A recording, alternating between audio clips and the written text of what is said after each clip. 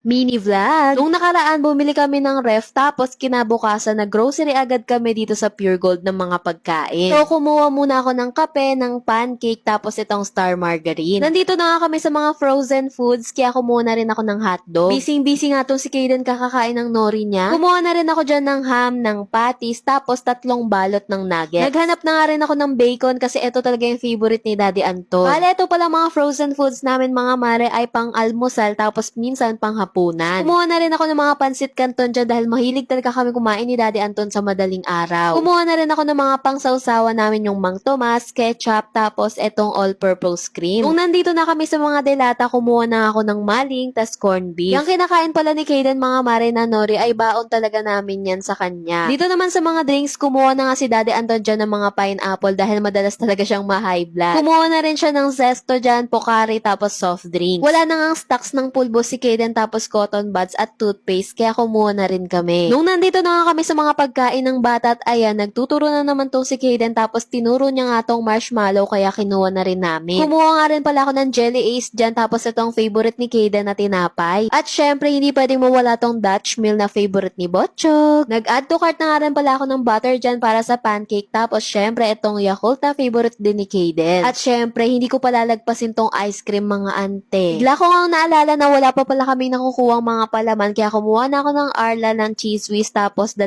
tasty. Nagbabayad pa nga lang kami at ayan, kinuha na ni Kaden yung tinapay niya. Nung paalis na nga kami sa cashier at ayan, nagpahabol pa nga si Kaden ng Kinder Egg. Bago naman kami umuwi, kumain na muna kami dito sa Siomai House dahil napagod talaga kami kakaikot-ikot be. Pagka-uwi nga namin mga maret, ayan, excited na excited talaga ako dyan mag-unbox nitong bagong ref namin. Tinanggal ko lang isa-isa tong mga plastic dito sa ref dahil hindi natin yan kailangan mare. Ay, grabe naman talaga yung tuwa namin ni Daddy Anton nung nakabili na kami ng mas malaki pang ref. Nung maliit pa kasi yung ref namin, hindi talaga kami makapag-stock ng mga pagkain. Tapos ni ice cream, hindi kami makapaglagay. As in, tubig lang talaga ba yung malalagay namin doon. Kaya sobrang thankful talaga kami nung napalitan na namin yung ref namin. So, ayan, pinabuksan ko na nga dito kay Daddy Anton. Tapos nilagay ko na nga rin pala dyan yung binili ko sa Shopee ng mga organizer. So, eto pa lang pala muna yung nabili namin ngayon. Tapos, bukas, mamamalengke kami ni Daddy Anton ng mga gulay, ng prutas, tapos mga karne. Nuwesto ko na nga yung ice cream dito habang nag-aayos ako ng mga frozen food. So, etong lagayan pala mga mare is nabili ko lang sa Shopee. Tapos, ang kagandahan dito is meron na siyang drainer. At ang kagandahan dito kapag naglagay kayo ng frozen foods dito, hindi siya mabababad sa tubig dahil meron siyang drainer. Nakita ko lang tong lagayan na to sa TikTok kaya napabili na rin ako. So, inisa-isa ko na nga ilagay dito yung mga frozen foods na nuggets, hotdog, bacon, tapos itong ham. Dadagdagan pa nga to bukas mga mare dahil mamimili nga kami ni Daddy Anton ng mga stocks na pagkain ng mga manok, baboy, isda at iba pa. Fast forward mga mare at ayan, nakapamalengke na nga kami ni Daddy Anton. Eto mga pinamili namin mga mare is good for 1 week na siya. Para hindi na rin palabas-labas si Daddy Anton para mamalengke sa umaga at init na nga daw siya. So bumili nga pala kami dyan ng manok, ng baboy, ng bangus, galunggong, tapos itong pusit. Sobrang nakakatuwa nga tong mga organizer na nabili namin sa Shopee mga mare. Tignan nyo naman at ang organized ng tignan. Share ko na rin pala sa inyo mga mare yung isa ko pang nabili ng mga organizer. 6 na piraso nga pala yung binili ko nito tapos sakto lang siya doon sa pinakailalim. Sobrang nagandahan kasi ako mga mare kasi ang organized niyang tignan. So nilagay ko dito yung mga kalamansi, kamatis, patatas, siling haba, luya, sibuyas at bawang. Yung mga sibuyas at bawang na yan, hindi pa naman yan nababalatan pero once na mabalatan na yan, hindi ko na yan ibabalik dyan sa ref. Dito ko naman nilagay yung mga gulay at syempre hindi tayo pwedeng mawala ng prutas. So ayun lang mga mare, salamat!